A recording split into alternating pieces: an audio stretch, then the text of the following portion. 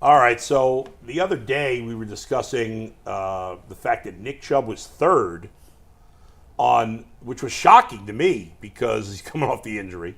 But ESPN conducted a survey of coaches and general managers around the league and asked them to rank their top 10 at each position.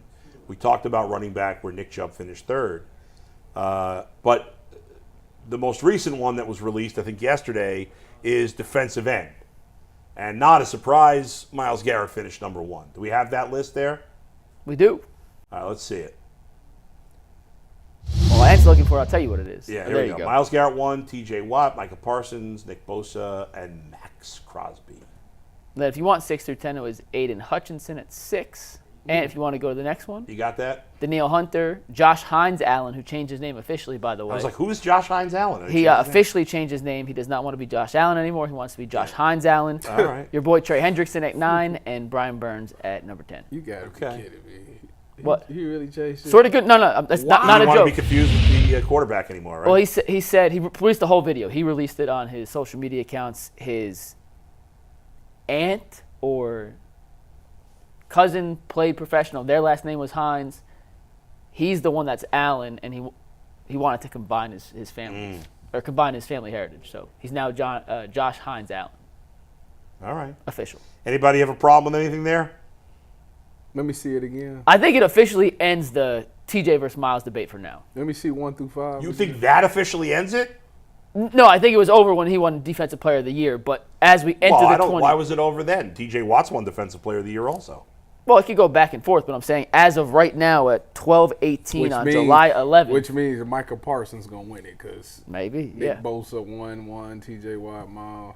Maxx Crosby is really good. Some things to know from this survey. Crazy. Of all the executives, GMs, coaches, player personnel development guys they interviewed, 70% voted for Myles at number one. They didn't tell you how many votes were cast, but 70% were for Myles Garrett. You look at the numbers. Last season, although Watt had more sacks, Myles had faced the second most double teams, and they had the second highest pass rush win rate in the NFL, which is what a lot of the executives pointed to as the reason Myles stood alone at number one in their eyes. Some of the quotes they got from the executive on Myles, which I know, Tyvis, you pointed out, was if he's on the field, essentially get the F out the way and hide because he's going to come get you.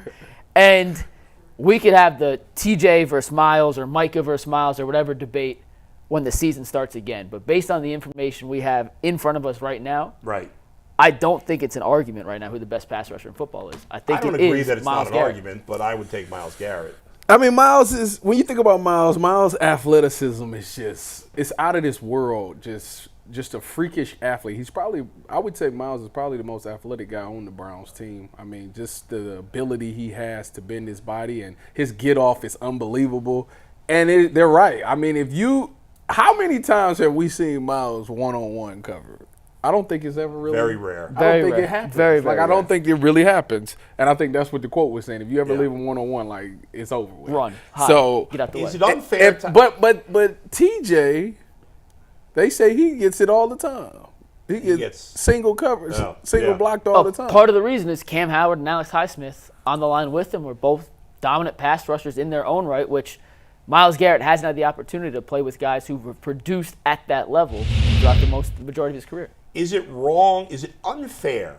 I can't help, like, I look at, Nick Chubb, and I'm like, I can't ask for anything more from Nick Chubb. He gets the absolute max out of his ability, guys. Outside of injuries, there's nothing. For some reason, as good as Myles Garrett is, you want more. There's always a part of it that's like he should be doing more. It's because, is that unfair? No, it's because, I feel like maybe it's unfair. I don't know. When you look at the other guys on that list, you think they got like a motor. It's like it's nonstop going, and they're always productive. They're always getting sacked, especially towards the end. We always talk about Myles' numbers dropping off at the end of the season, and it seems like the rest of those guys seem to get better at the end of the season. Yeah. And it's like crunch time, got to have it. Myles had moments last year. I can't remember what game it was. It was a Jets game. He had a ton of pressures. Yeah, it was like game on the line, got to have it. Myles ended up getting like a strip sack or something. He did something. It was just like, that's the Myles that everybody want to see all the time. When the game is over, to shut the door, close the door on the game, get the turnover, force the fumble, get the sack to end it. And it seems like we don't get that performance from Myles all the time, to where those clutch performances where the game's on the line. Especially towards the end of the season when we needed him the most. You see it right there, 13 and 3.5 sacks. So you think about the Texans game, if he was that guy, like he should have been able to force more pressure, create more turnovers or stuff like that. And I just feel like it's been times that Myles has been on the field and we came and said, did Myles even play? And we got to remember to the fact that, well, this man is getting double teamed and triple teamed a lot. So why ain't nobody else stepping up? And I think that's probably what he thinks. And we can't say those things about TJ Watt and them because those guys are dealing with single-hand coverage. Right. So they get those opportunities to make those plays at the end of the game when it matters, to where Myles really never gets it, because they're going to come out with a game plan in the first quarter and say, we're going to try Myles, we're going to double-team Myles and see what happens. And he splits it, makes a play, and they say, for the rest of the game, we're triple-teaming Myles, and that's why his numbers is what it is. And I just think, I guess in the end, most people around the league, and I agree, is if you put you took these top 10 ends and put them all with the same talent around them, that Myles Garrett would produce the most. Yeah. And TJ Watt has better talent around him. He's always had better talent around him on the defensive line, and that's a big advantage. TJ Watt's traditional statistics, career-wise, are a little better than Myles Garrett, and that's because he's had better talent around him. My question is, we seen Schwartz for the first time get Myles up and move him around. If you know Myles can get double-teamed and triple-teamed, why don't you move him around more to get him singled up? It felt like they were doing that more early in the season. Yeah, they did it early in the season. Then they just stopped. The more traditional second half of the I year. wonder why that was. Yeah. Like, if he's your best playmaker and you know that they're going to triple-team him, because at the end of the day, they're going to say Myles is going to be on the left-hand side. They're not going to move him. He's going to be on the left hand. So while we're game planning what we want to do for this game, let's make sure that we got the left side taken care of, and because we know Myles is going to be there. Yeah. So why not throw a wrinkle in the game plan and pick him up and move him around? Well, do you remember against Tennessee when they put him in motion?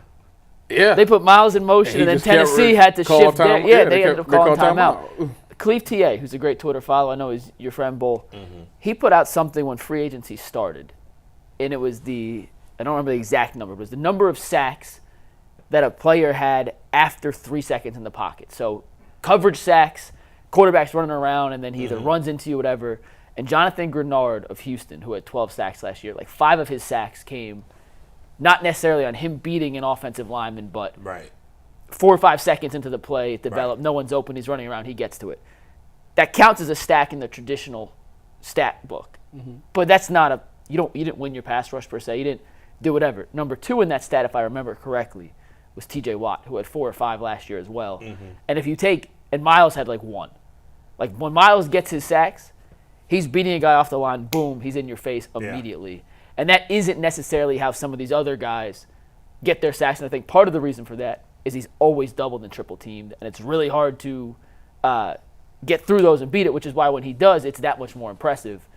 And his numbers may look a little lower than TJ, who had 19 sacks last year, or who was it? Maxx Crosby had 16, I think, because Myles finished 3rd, if I remember. No, I think Hendrickson. Hendrickson, whoever it was. Yeah, it was. Some of those guys pick up extra sacks that aren't necessarily a direct result of them beating an offensive tackle, or if he's lined up on the inside like he did against Cincinnati with that crossover he had early. He doesn't get those extra ones to pad his stats, which is not a bad thing, by the way. Listen, congrats to TJ and Grenard. Like, you get your sacks, That's what you get paid with.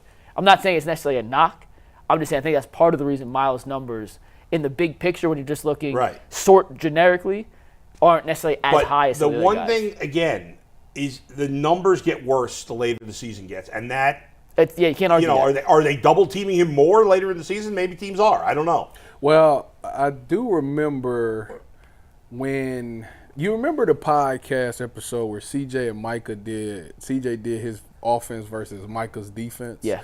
And he was like, CJ said he was taking LT, Laramie Tunsil, versus Myles. And he said, oh, yeah, we'll take that one-on-one because Laramie can handle Myles one-on-one. So it makes me think, I got to go back and watch that game.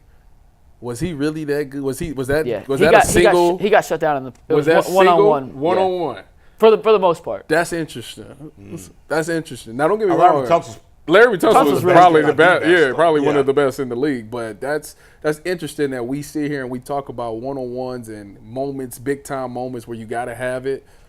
And On the flip side, though, when kinda- San Francisco tried to do that against him with Trent Williams, Myles beat him. I think he beat him Yeah. 4 out of 6 times, if my numbers are correct. 3 out of 5 times. It was something like that when they had wonder one-on-one what pass Larry- rushing situations. what does Laramie know? I think Tunsil might be super athletic. One of the only guys at the left tackle They position tried to mess his draft stock that up. is athletic enough, though, to kind of match athleticism with Myles Garrett, because he's not your traditional 360-pound tank. I think he's only 325, which is obviously big, but he's more of the athletic, quick-feeted guy. Didn't he slip in the draft because Because of the gas mask. Because of the gas Yeah. mask. Yeah. That was crazy. He was supposed to be like the 2nd or 3rd pick. He fell to That 10. was so crazy. I'm going to look up his exact size. But yeah, that's interesting. I wonder if he's the only person that can stop Myles one-on-one and why that is. But Well, He's listed at 6'5", 315. So he's that's a little. That's the size. That's around. that's not a huge weight. No. That's not a huge- It's no, a no, little good. lighter. So I Yeah. wonder if he's just a little quicker, that where Myles can't use his elite quickness to bend the corner like he does against some of the bigger left tackles. Right.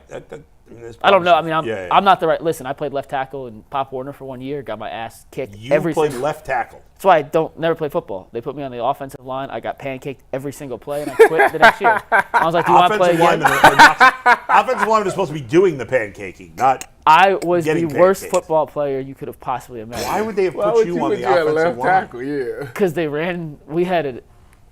I think I've told you guys this, but Donald Yeah. Brown, who played in the NFL, Yeah. Yeah. was He 2 played years running old. back. He was our running back, and they just ran opposite of me every play.